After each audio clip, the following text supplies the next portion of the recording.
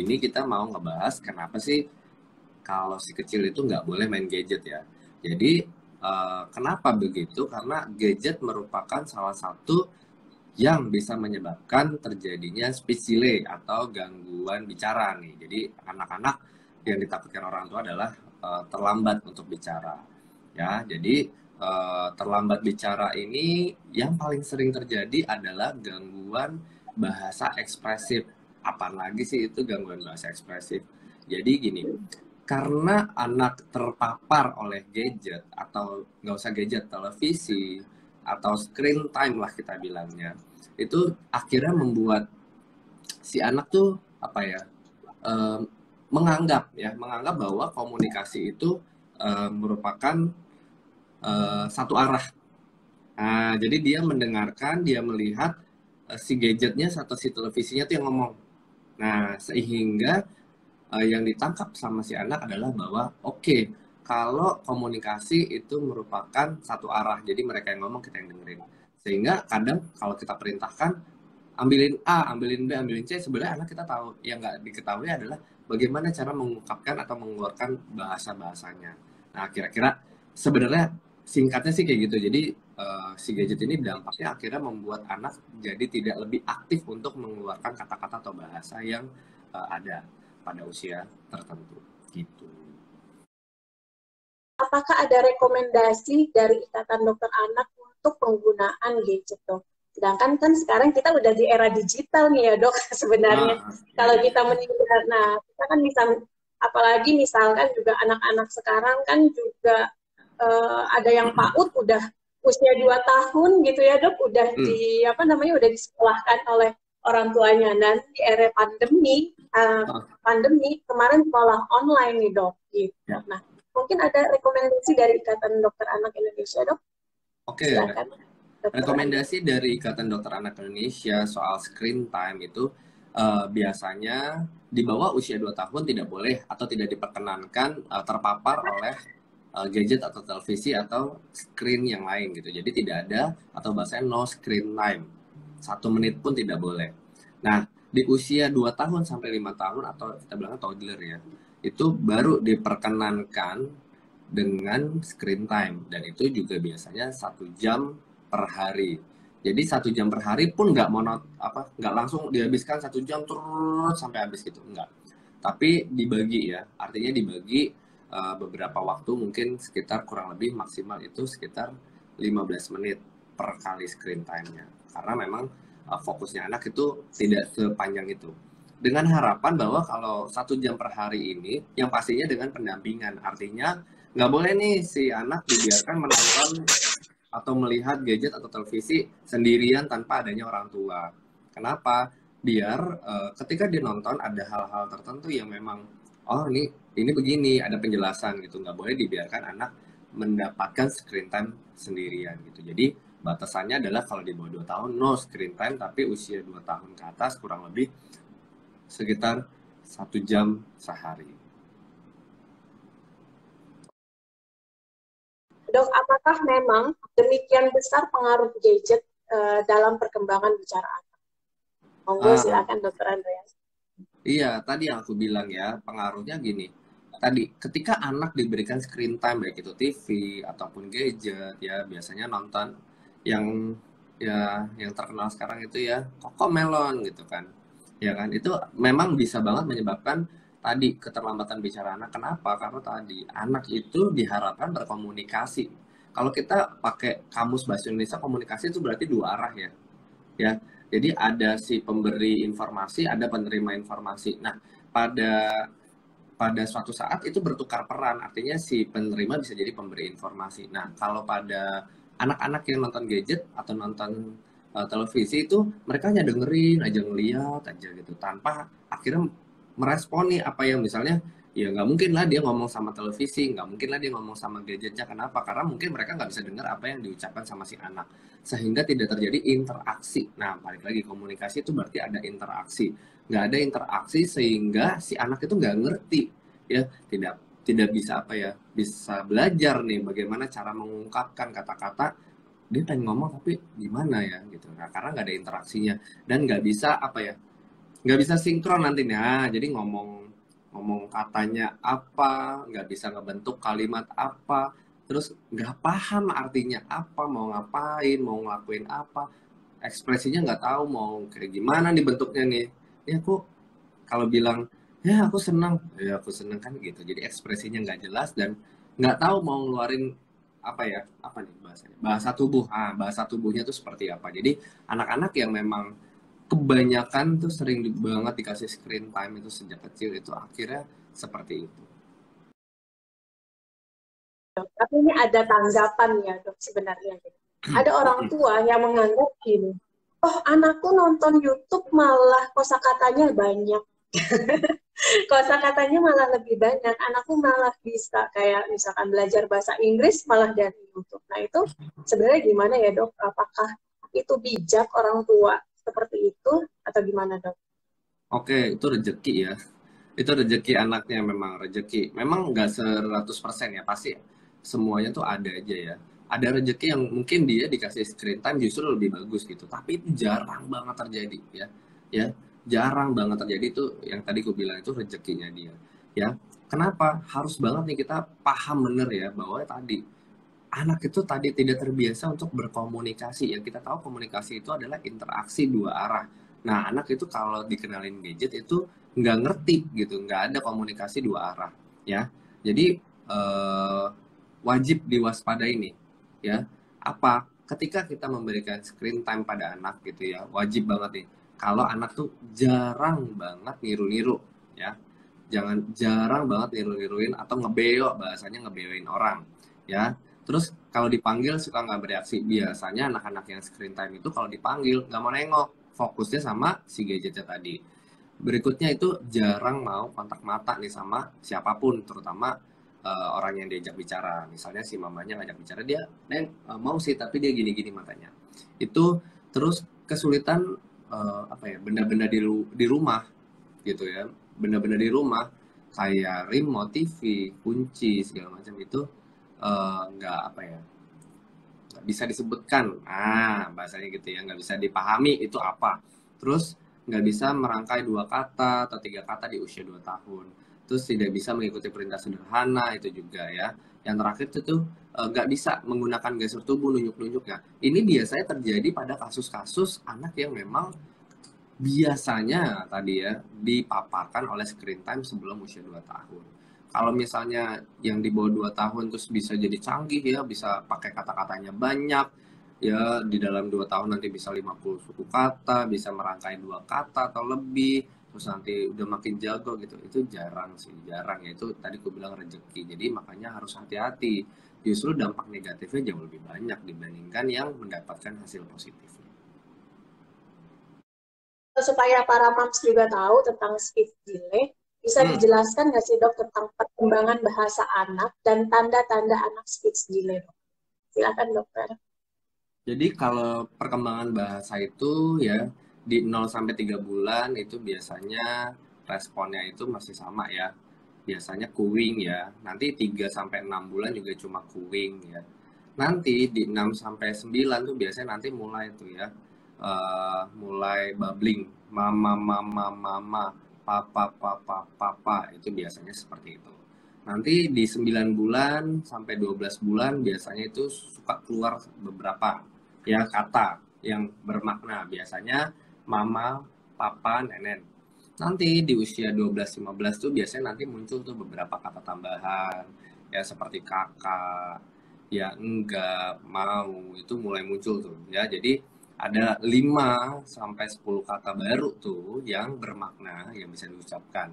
Nanti 15 sampai 18 bulan tuh biasanya nanti muncul 20 kata. Di 18 bulan itu lonjakan katanya banyak banget. Biasanya bisa sampai 50 kata. Ya, 50 kata baru yang bisa diucapkan dengan dimengerti sama orang lain. Nanti 2 tahun biasanya 100 sampai 200 kata. Ya, itu terus berlanjut di 3 tahun biasanya sampai 300 kata yang sudah bisa diucapkan. Jadi vocabulary-nya makin banyak ya.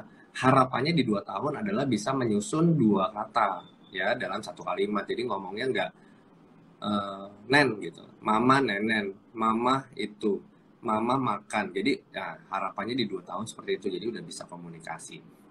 ya. Sedangkan kalau di bawah atau belum mencapai hal tersebut, biasanya ada red flag-nya. Ya, red flag-nya tadi, balik lagi, apakah sudah tercapai bubbling di usia 6-9 bulan? Kalau belum, coba diperiksakan. Terus kalau speech delay ada gangguan bahasa ekspresif dan juga perspektif. Artinya apa? Kalau gangguan bahasa ekspresif itu artinya nggak mampu mengutarakan atau mengucapkan kata-katanya.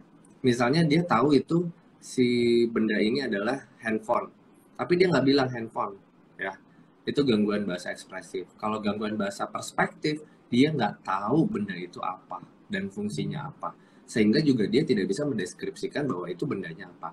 Jadi kira-kira tuh, jadi yang kita tahu itu adalah gangguan bahasa ekspresif sama gangguan bahasa perspektif. Di mana gangguan bahasa ekspresif, dia tahu bendanya apa, dia tahu fungsinya apa, tapi dia tidak bisa mengucapkan kata-kata. Sedangkan kalau gangguan bahasa perspektif, dia nggak tahu benda itu apa, dia nggak tahu, dia tidak bisa mendeskripsikan benda itu apa, sehingga tidak bisa diutarakan itu bendanya seperti apa, kira-kira seperti itu. Ya, kalau bagaimana sih cara mencegahnya? Yang pertama tadi udah tahu kan, nggak boleh dikasih gadget, ya udah, yang pasti hindari aja nih, hindari aja gadgetnya dulu. Itu yang paling penting sebelum usia 2 tahun. Kenapa? Ya karena bukan solusi kehidupannya si anak ya untuk berkembang, nggak. Ya, selain tadi satu hindari gadget, yang kedua sering diajak ngomong. Kadang kita gini, anak tuh waktu saat kuing teriak-teriak, ibunya tuh nggak suka ngeresponin dengan baik. Artinya apa? Ketika dia mengutarakan suaranya dengan ekspresi bahasa dengan kuing, si ibunya atau bapaknya atau kakeknya atau neneknya menganggap itu hal yang biasa, nggak perlu disautin. Ya, ternyata itu membuat anak ketika dia keluar suara teriakan, kadang kan anak di usia 4 tahun 5 tahun suka teriak-teriak, gitu ya. Kita cuma diem aja, cuma senyum gitu. Enggak, harusnya kita respon apa, misalnya, apa nak, mau makan, mau nenen, mau apa, nah gitu. Jadi diajak ngomong, ketika mereka diresponin, mereka akan semakin sering mengeluarkan bahasa-bahasanya. Makanya kadang ada yang bilang, di usia, oh dulu di 6 bulan cerewet dok, tapi nanti di usia 1 tahun diem. Iya, karena tidak diresponin setiap keluaran katanya. Tuh.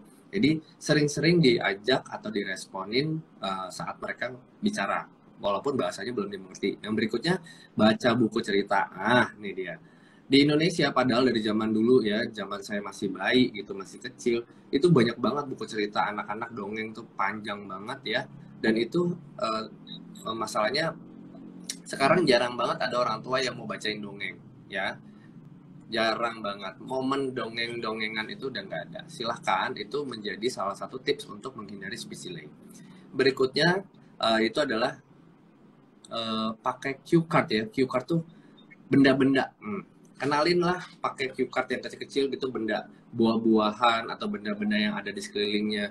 Jadi biasakan mereka mengenal benda-benda tersebut, kayak misalnya mobil, motor, ya kan. Terus organ-organ tubuh kayak kepala, telinga, hidung, itu diperkenalkan aja sering-sering. Walaupun kayaknya mereka nggak ngerti, itu mereka pasti ngerti dan memahami apa yang kita ajarkan. Jadi dikenalkanlah semua benda-benda termasuk buah-buahan dan juga hewan-hewan. Lalu buat apa ya bahasanya? Buat pilihan dua gitu ya. Jadi biar dia tahu merah, kuning, mana yang merah, biar dia tunjuk. Mana yang kuning? Ya itu. Biasakan mereka tuh untuk pilih-pilih. Kenapa? Karena akhirnya mereka pak, oh ini merah, besok-besok diulang lagi ini merah. Ya gitu. Terus berikutnya adalah ya tadi, yang paling terpenting adalah gadgetnya nggak boleh. Dan yang paling terakhir adalah setiap hari selalu mengulang, mengulang, dan mengulang. Artinya apa? Tadi baca dongengnya diulang lagi, ngenalin bendanya diulang lagi. Jangan harap bahwa anak itu langsung begitu satu kali kenalin langsung jago. Enggak. Diulang lagi, diulang lagi, diulang lagi, diulang lagi. Jadi repetisi, konsistensi, dan kesabaran. Itu yang terpenting.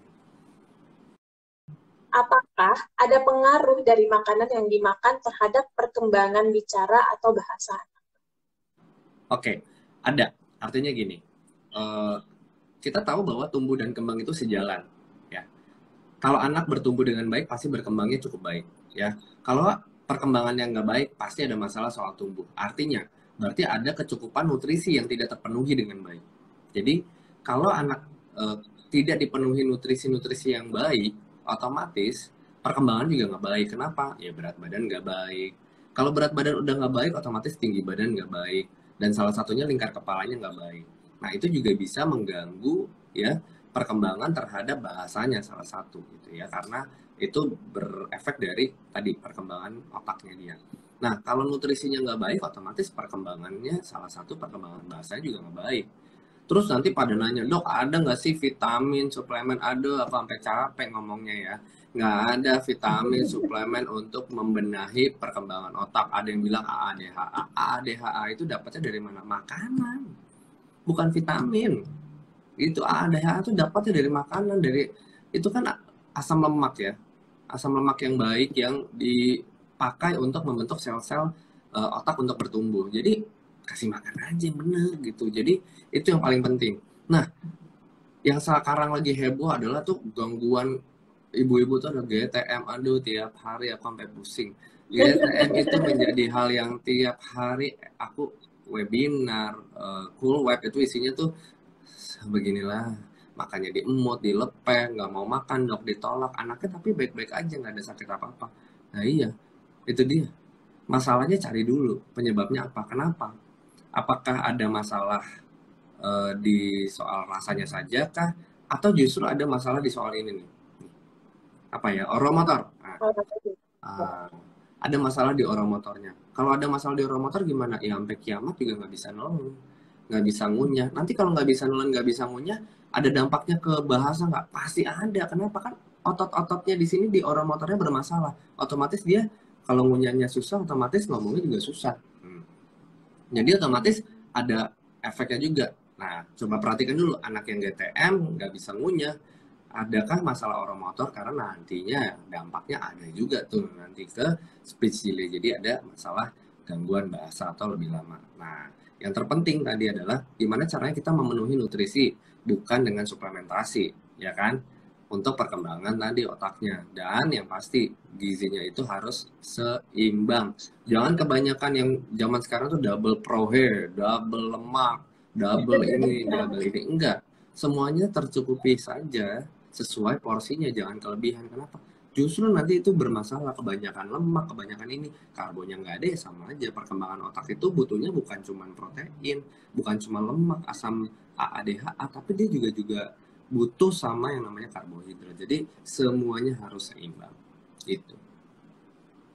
Dok, apakah para moms and dads bisa menentukan sendiri nih, apakah anaknya speech delay atau tidak, atau sebaiknya bagaimana nih dok?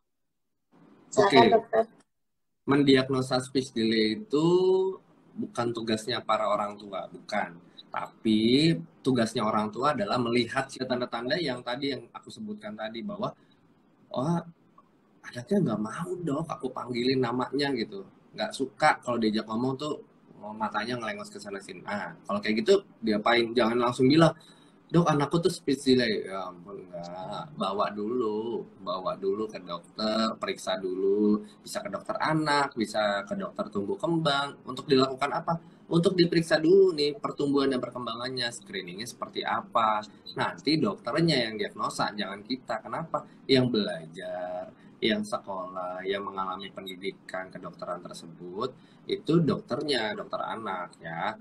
Kita membagikan semua ilmu seperti ini tujuannya bukan maksudnya suruh diagnosa sendiri, enggak, tapi lebih aware dan lebih peduli bahwa jangan sampai kita mengalami speech delay yang terlambat gitu ya. Jadi oh udah ada tanda-tandanya, jangan sampai nunggu 6 bulan lagi deh, 5 bulan lagi deh, 7 bulan lagi udah kelar deh, telat gitu, makin susah memperbaikinya. Jadi supaya nanti ini para moms and dads tuh jadi lebih tahu dan lebih aware sehingga kita bisa melakukan intervensi lebih cepat lagi, kira-kira sih seperti itu.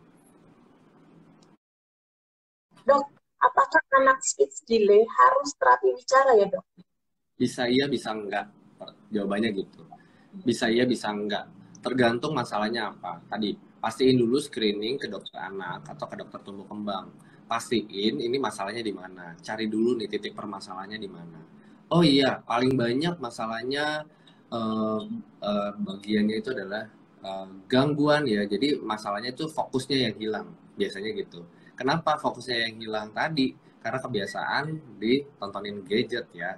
Nah, kalau udah tahu gitu fokusnya hilang, dipanggil susah, untuk ngedengerin kita nggak mau, diajak bicara nggak mau. Jadi gimana caranya kita ajak ngomong lagi? Di terapi kata-kata juga susah. mau nggak mau diapain, dibikin fokus dulu. Jadi kita latih bagian apa ya, saraf sensorisnya. Jadi sensori dalam tubuh itu bisa dikoordinasikan supaya bisa membantu untuk terapi bicara berikutnya. Biasanya sih begitu ya. Jadi yang terpenting bukan terapi bicaranya. Kalau memang nggak ada masalah di sensori integrasinya sih nggak perlu. Tapi biasanya rata-rata masalahnya adalah gangguan sensori, sehingga dibutuhkan ya sensori integrasi terlebih dahulu. Ketika sensori integrasi sudah kita lakukan, fokus anak sudah jauh lebih baik, sudah bisa terima apa yang kita ajak bicara, udah mau fokus ke kita, kalau kita ngomong gitu, udah mau dengerin, biasanya sih nanti baru di terapi bicara. Berapa lama waktunya tergantung, tiap anak beda-beda ya. Ada yang bisa 1 bulan, ada 2 bulan, ada yang 3 bulan gitu, tergantung kemampuan dan juga perkembangan setiap kali pertemuan saat dilakukan sensori integrasi. Kira-kira seperti itu. Oke dok, mungkin bisa dijelaskan sedikit nih dok, biar para mom and dad, apa sih itu dok sensori integrasi gitu. Maksudnya kalau anak sampai misalkan speech delay itu pasti ada masalah di sensori integrasinya dok. Oke, jadi sensoris itu banyak ya, di dalam tubuhnya banyak banget dalam kita ya. Masalah-masalah sensoris itu bisa nih, salah satu sentuhan ya, yang paling kelihatan tuh sentuhan.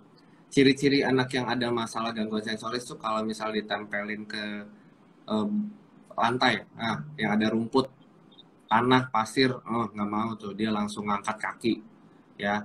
Terus jijian tuh salah satunya ya. Atau misalnya tidak memiliki keseimbangan yang baik, biasanya melewati fase-fase tidak merangkak biasanya ya, biasanya tidak merangkak gitu. Jadi sensorisnya itu biasanya anaknya kurang seimbang ya gitu. Atau sensoris itu ya tadi bisa dari pengecapan nih, anak-anak yang GTM juga tuh ya, masalahnya pengecapannya nggak baik. Atau tadi mastikasi ya, masalah mengunyahnya ya. Jadi gangguan di orang motor itu juga bisa. Jadi kira-kira masalah-masalah sensoris seperti itulah yang bisa menyebabkan adanya speech delay gitu. Nah, kalau kayak gitu-gitu berarti itu diperbaiki sensori integrasinya. Sensori integrasi bukan cuma fokus gini doang nih, diajarin liatin muka kita gitu. Enggak, banyak tadi masalah sensorisnya di sebelah mana. Itu yang diterapi terus dulu sampai sensorisnya baik ya, terintegrasi semuanya, dari penglihatan, dari perabaan, proses di sini ya, mengunyah, ya merasa, habis itu mendengar, habis itu keseimbangannya. Kalau itu udah semua baik, otomatis nanti semua sensorisnya ada 9 di dalam tubuh itu, kalau terintegrasi dengan baik, otomatis tuh langsung deh bisa ngelakuin kegiatan apa saja yang kita ajarkan. Salah satunya nanti terapi bicara. Oke, baik. Nah, para moms, ini ya, apa namanya, ternyata masalah speech delay itu kita harus runtutan dulu ya dok ya. Maksudnya kita cari dulu nih penyebabnya apa gitu ya dok ya. Gitu. Nah, oke, dari makanan berpengaruh gitu ya dok ya. Oke, baik. Apakah gadget ada pengaruhnya bagi anak yang kurang cerdas? Nah, ini mungkin gini ya dok ya, mungkin dari segi akademis ada anak yang memang sedikit kurang ya gitu. Tapi apakah dengan gadget akan makin bertambah dok gitu dok? Oh, oke. Silakan. Siap, pasti. Orang yang nonton gadget, main gadget, lihat televisi, biasanya kecanduan. Bener ya? Itu dulu. Orang udah suka ngelihat handphone, ngelihat televisi, dia nonton tuh serial A, B, C, D, ya bisa sampai tengah malam tuh diulang-ulang. Terus dilanjutin seri 1, seri 2, seri 3, seri 4, atau main. Ya di gadgetnya main. Ya yang terkenal sekarang ada tuh, ya mobile titik titik titik ya kan gitu. Dilanjutin terus menerus, otomatis mengganggu waktu tidur dan istirahatnya. Ketika mengganggu waktu tidur dan istirahatnya, otomatis ketika kalau anak-anak sudah sekolah, ya kan? Kalau anak-anak sudah mulai sekolah, ya ketika mereka masuk pagi-pagi jam 7 pagi atau jam 8, mereka tidak bisa berkonsentrasi dengan penuh untuk mendengarkan pelajaran dari gurunya. Otomatis mau nggak mau ketinggalan, ya kan? Ketinggalan. Atau dijelasin sesuatu ya dia nggak ngerti, gitu, ngantuk-ngantuk. Tidak bisa memahami pelajaran yang diberikan di sekolah. Ya, jadi itu dia, udah pasti itu satu. Yang kedua tadi, tidak terjadi interaksi antara dua orang ya. interaksinya nggak ada. Hanya satu orang yang ngomong di sebelah sana, di gadgetnya aja yang ngomong atau televisinya aja ngomong ke anaknya. Otomatis tidak ada proses komunikasi di situ, ya. Yang ada proses mendengarkan saja.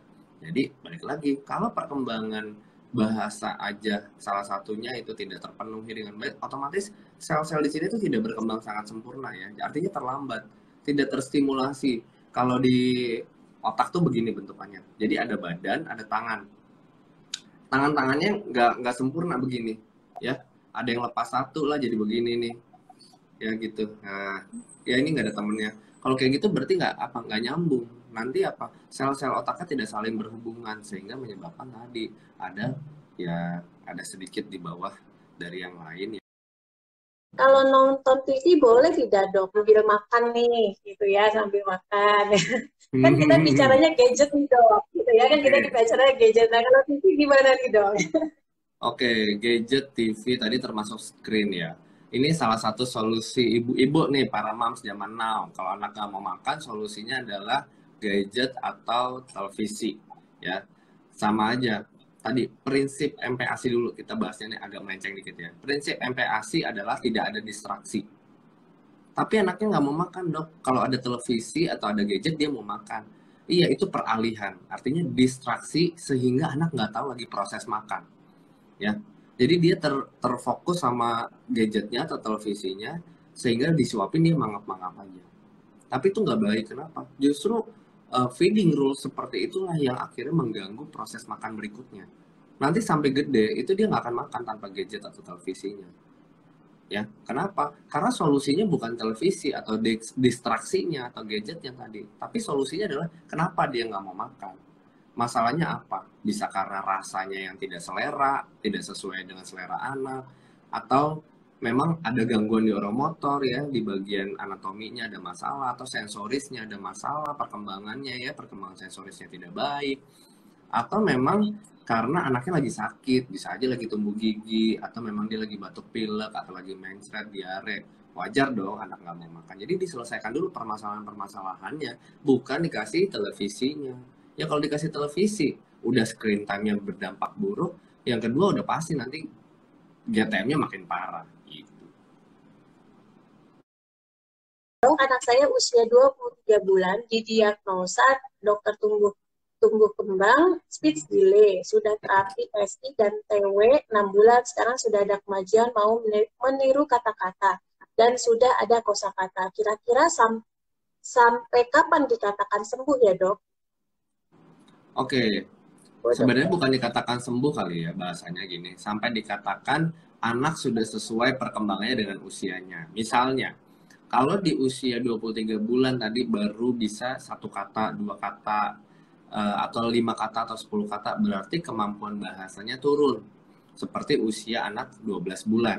Ya, nanti tugasnya kita melakukan SI atau sensori integrasi ataupun terapi bicara, tujuannya adalah mengejar ketinggalan dia ya sampai usia yang sesuai dengan dia. Ya berarti kalau 23 bulan berarti sudah bisa bicara dua kata tuh. Mama makan, mama minum, mama tidur, mama ngantuk. Jadi udah ada dua kata. Harapannya adalah bukan dikatakan sembuh, tapi dikatakan bahwa perkembangan bahasanya sesuai dengan usia kronologis anak dan tumbuh kembangnya. Gitu. Dok, cara melatih otot oral gimana ya dok? Selain banyak ngunyah, sedangkan si anak susah makan. Menu diganti-ganti tapi tetap masih susah makan. Tekstur makan sudah nasi biasa, usia 1,5 tahun. Nah, monggo dokter. Oke, kalau udah masalahnya oromotor ya, susah mengunyah, itu dilihat dulu ada gangguan anatomis atau enggak di dalam sini. Anatomis apa bentuk ya? Ada gangguan dari bentuk rahang kah? Atau gangguan dari otot-otot di sini kah? Gitu. Kalau ada, nanti silahkan dikonsultasikan ke dokter dulu. Nanti tindak lanjutnya apakah perlu dilakukan fisioterapi atau tidak gitu ya. Terapi oromotor atau tidak. Terus kalau misalnya tadi masalahnya di mengunyahnya doang gitu ya, berarti nanti terapi mengunyah dengan terapi oromotor. Tapi kalau ternyata dia nggak mau makan bukan karena dia nggak mau ngunyah bener, dia nggak mau makan, nggak mau ngunyah, ngemut, ngelepeh. Tapi masalahnya bukan di anatomi, anatomi baik-baik aja. Proses atau fungsi mengunyahnya sebenarnya baik-baik aja. Taunya baik dari mana dia bisa mengunyah makanan tipe lain, ya. makanan tipe lain. Boleh, ternyata bisa nih. Berarti masalahnya bukan di anatomi. Tapi masalahnya mungkin rasanya tidak cocok. Nah, lihat dulu ya tadi ya, balik lagi. Rasanya mungkin tidak cocok. Kalau rasanya tidak cocok, sampai kiamat juga nggak bakalan dikunyah. Tapi kalau rasanya udah cocok, kok anaknya tetap nggak mau ngunyah, berarti memang benar ada gangguan oromotor. Kalau gangguan oromotor harus distimulasi oromotornya, diajarkan supaya anak bisa mengunyah dengan baik. Biasanya sih anak-anak yang memakai dot, itu biasanya proses mengunyahnya jadi jelek. Makanya tidak disarankan untuk penggunaan dot pada bayi. Ya, izin mau tanya dokter, ini si Abdulnya usianya 19 bulan. Mm-mm. Kalau ngomong itu, sebenarnya kalau ngoceh itu ngoceh banget. Pokoknya dari pagi tidur bangun sampai malam tuh ngoceh. Tapi rasanya Mm-mm. itu nggak jelas gitu dok ya. Kalau mama, Mm. papa ya oke. Kalau kayak makan itu kan mama, mobil tuh paling boom, ngeng gitu.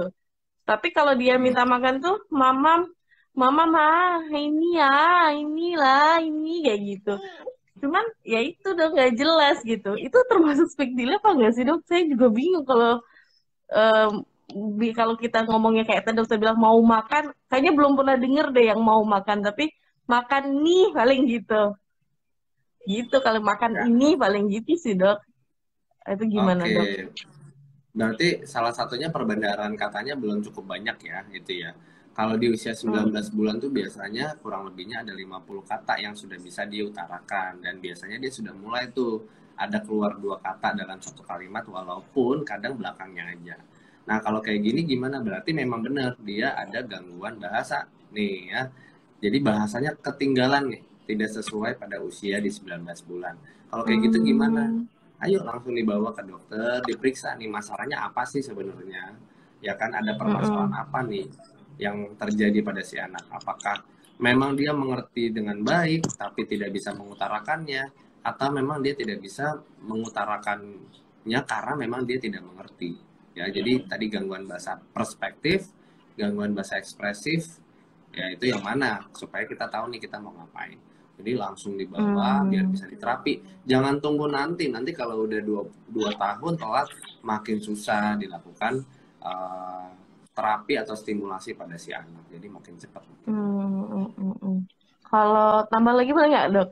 Saya sebenarnya Hmm. udah konsultasi ini ke dokter waktu usia dia masih 1,5 gitu ya. Tapi dokternya selalu Hmm. bilang tunggu 2 tahun, tunggu 2 tahun. Itu saya perlu ganti dokter lagi apa enggak ya dok? Ya kayak ngerasa kayak apa bener nih harus ditunggu gitu. Karena dari pernyataan dokter Iya. kayak sepaham sama kekhawatiran saya gitu.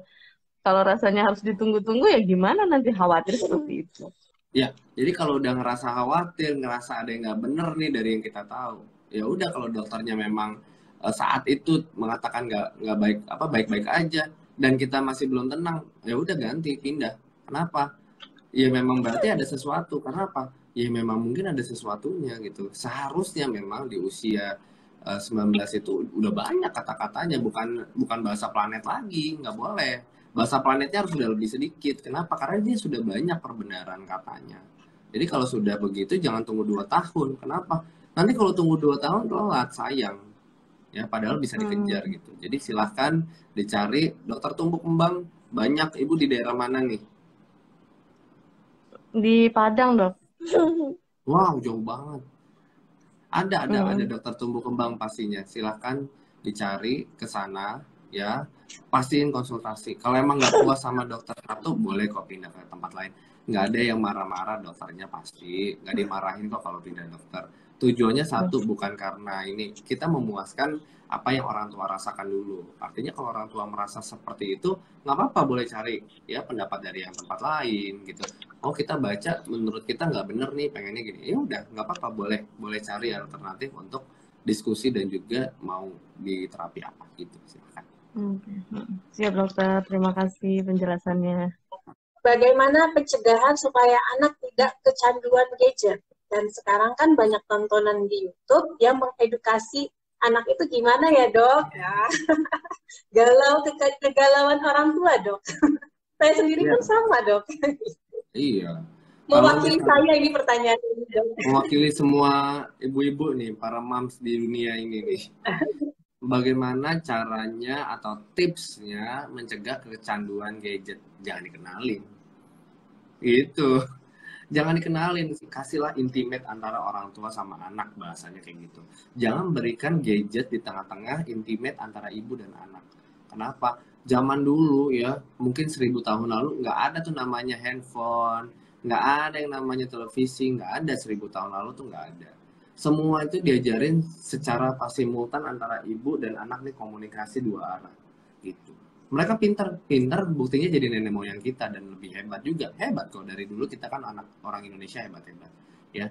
Cuman kebetulan memang perkembangan teknologi semakin canggih. Tapi balik lagi, yang dibutuhkan anak itu bukan gadgetnya, tapi komunikasi dua arah dan perhatian si ibu atau si ayah kepada si anak untuk bertumbuh dan berkembang. Karena mereka tuh sesungguhnya mencari perhatian kita, bukan mencari perhatian gadget. Cuma kebetulan karena ayah ibunya sibuk, akhirnya dikasihnya gadget. Ya sudahlah, berhubung nggak ada, ya udahlah gadget aja yang merhatiin aku, yang ngajak ngomong aku, ya udah dia dengerin. Kebetulan gadget nggak bisa diajak ngomong, cuma ngomong doang. Kalau kita kalau diajak ngomong sama anaknya nggak nyaut nyaut, beda, nggak nyambung nyambung. Akhirnya ya dia mikirnya bahwa oh ya udah gitu. Kalau diajak ngomong tuh cukup dengerin aja, dia nggak usah ngomong. Nah gitu, nanti lama-lama ke bawah. So, kalau menghindarinya adalah no gadget sama sekali. Dok, 2 tahun boleh kasih gadget nggak? Ya kalau emang nggak pengen kecanduan, nggak usah kasih, nggak apa-apa, nggak usah. Kapan kita mau kasih gadget? Kalau memang kita memerlukan. Ya contohnya misalnya tugas anak sekolah, ya kan? Itu kan perlu, silahkan diberikan gadget karena tuntutan secara online. Tapi kalau emang nggak diperlukan, nggak usah dibeliin handphone. Zaman sekarang ya anak-anak kecil udah dibeliin handphone cakep-cakep tuh ya. Zaman saya dulu kecil nggak ada yang punya handphone gitu. Ngapain dikasih handphone? Tujuannya buat apa? Kalau cuma ngerjain tugas pakai handphone mamanya aja atau handphone papanya. Tujuannya apa? Supaya bisa dikontrol dengan baik gitu. Dok, anak saya udah terapi, tapi belum ada perubahan 6 bulan. No screen time, udah 1 bulan lebih. Apakah perlu asesmen lagi ya dok untuk tahu diagnosa terbaru? Nah. Bener. Asesmen ulang kenapa nih terjadi gitu ya.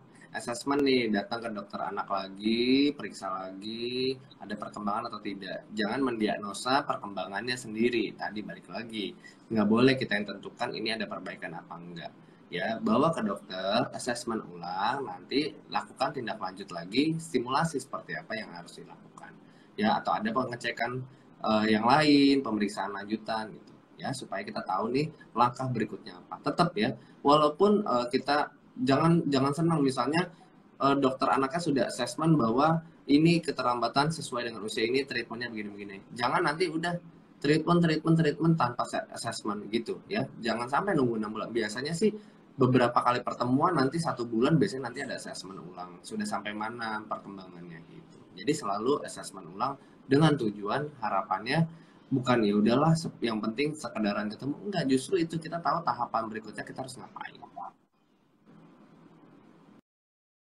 Dok, kalau latihan nggak buka YouTube tapi setel di Spotify gitu, jadi bukan screen time, apa boleh nggak? Tapi anak tetap mau makan. Nah, ini mungkin cuma suaranya aja nih dok, gitu, tapi nggak ada screen-nya. Monggo dok. Sama aja kan tadi udah dibilang. Feeding rules itu no distraksi. No distraksi itu no gadget, no televisi, no gendong-gendong, no jalan-jalan, no main-main, no mainan favorit, no naik sepeda, no diputer-puter. Enggak ada semua. Kalau mau makan tuh yang bener tuh duduk, tenang, konsentrasi, berhadapan dengan si yang menyuapi. Tidak ada tuh tadi. Mau Spotify kek, mau pakai suara cuman titut gitu, nggak ada semuanya. Atau white noise, apapun itu tidak ada. Atau bahkan dipegangin sama mainan favoritnya dia, dipegangin, no. Atau ada badut di depannya, enggak, sama aja. Itu semua namanya distraksi.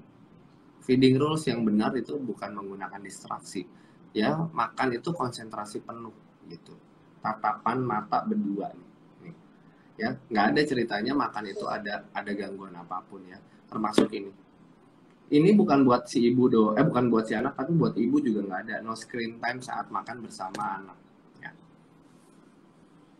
Dok, bagaimana tanggapan dokter tentang aplikasi anak yang merangsang perkembangan kognitif? Nah, karena ada beberapa games gitu ya, aplikasi yang katanya anak jadi oh ini. Nah itu gimana dok? Tanggapan dokter? Oke, Dokter. ini juga sama ya. Artinya gini, aplikasi atau apapun tadi, kalau menggunakan tadi screen, ya sama aja. Tadi, diagnosa untuk speech delay atau gangguan bahasa dilakukan oleh ahlinya, yaitu dokter anak atau dokter tumbuh kembang anak atau dokter neurologi anak. Ya, bukan oleh ibu si A, ibu si B, ibu C, ibu D, paman A, paman B, paman C. Tidak. Datanglah dulu ke dokter anak, lakukan juga stimulasi yang dianjurkan oleh dokternya. Ya, alat-alat itu bisa nggak sih dilakukan untuk stimulasi? Bisa. Balik lagi, sudah sesuai belum dengan harapan yang dilakukan sesuai dengan target kita? Artinya nih, oh target kita adalah misalnya sensoris integrasi bagian oromotor. Nggak mungkin kan kita dengerinnya pakai ya benda-benda musik-musik, nggak nyambung. Balik lagi tadi, sensori integrasi permasalahannya di bagian mana, biar kita tahu stimulasinya di bagian mana. Kalau dikerjakan sendiri, kita ngelihat, oh alat A bagus, alat B bagus, menurut ini, udah ada review dari A, B, C, D, canggih nih, hebat bener bisa mengatasi speech delay. Ntar dulu, cocok apa enggak dengan permasalahan anak kita, masalahnya apa? Gitu. Sama-sama speech delay, tapi penyebab speech delay beda-beda, jadi jangan sendirian dulu ya. Dok, kalau misalkan usia 4 bulan, video call sama keluarga boleh nggak sih dok? Padahal kan usia 2 tahun nggak boleh no screen time dok. Itu gimana dok? Oke, kalau jaraknya jauh ya, ini biasanya ayahnya di mana, ibunya di mana gitu. Terus ini gimana? Boleh. Ini kan video call tuh artinya dua arah ya. Kita ngomong, di sana ngomong. Berarti kalau misalnya papanya telepon, video callan sama anaknya, ada mamanya kan ngedampingin. Tinggal bilang mamanya, itu papa lagi kerja, papa belum bisa pulang, papa lagi ini, itu nenek gitu. Dia mendengarkan, udah, tidak melakukan apa-apa. Jadi video call ini merupakan dua arah bedanya. Kalau video call kan dua arah, walaupun yang ngelakuin video callan itu anak, tapi ada pendampingan orang dewasa, salah satunya ya ibunya. Berarti nanti ibunya ngomong, nah itu papa namanya, ntar itu it's okay. Balik lagi, tapi dibatasin. Ya nggak bisa video callan 2 jam gitu, nggak bisa. Ketika kita sudah dianjurkan untuk memberikan batasan terhadap screen time, lakukanlah karena itu sudah dilakukan penelitian oleh para ilmuwan. Ya, jadi sebisa mungkin kerjakan saja dengan harapan memang kita memaksimalkan dan mengoptimalkan tumbuh kembang anak. Ya, terus tipsnya adalah begini, jangan mau mengobati kalau bisa mencegah. Nah, ya, lakukanlah pencegahan terlebih dahulu sebelum anak kita mengalami masalah.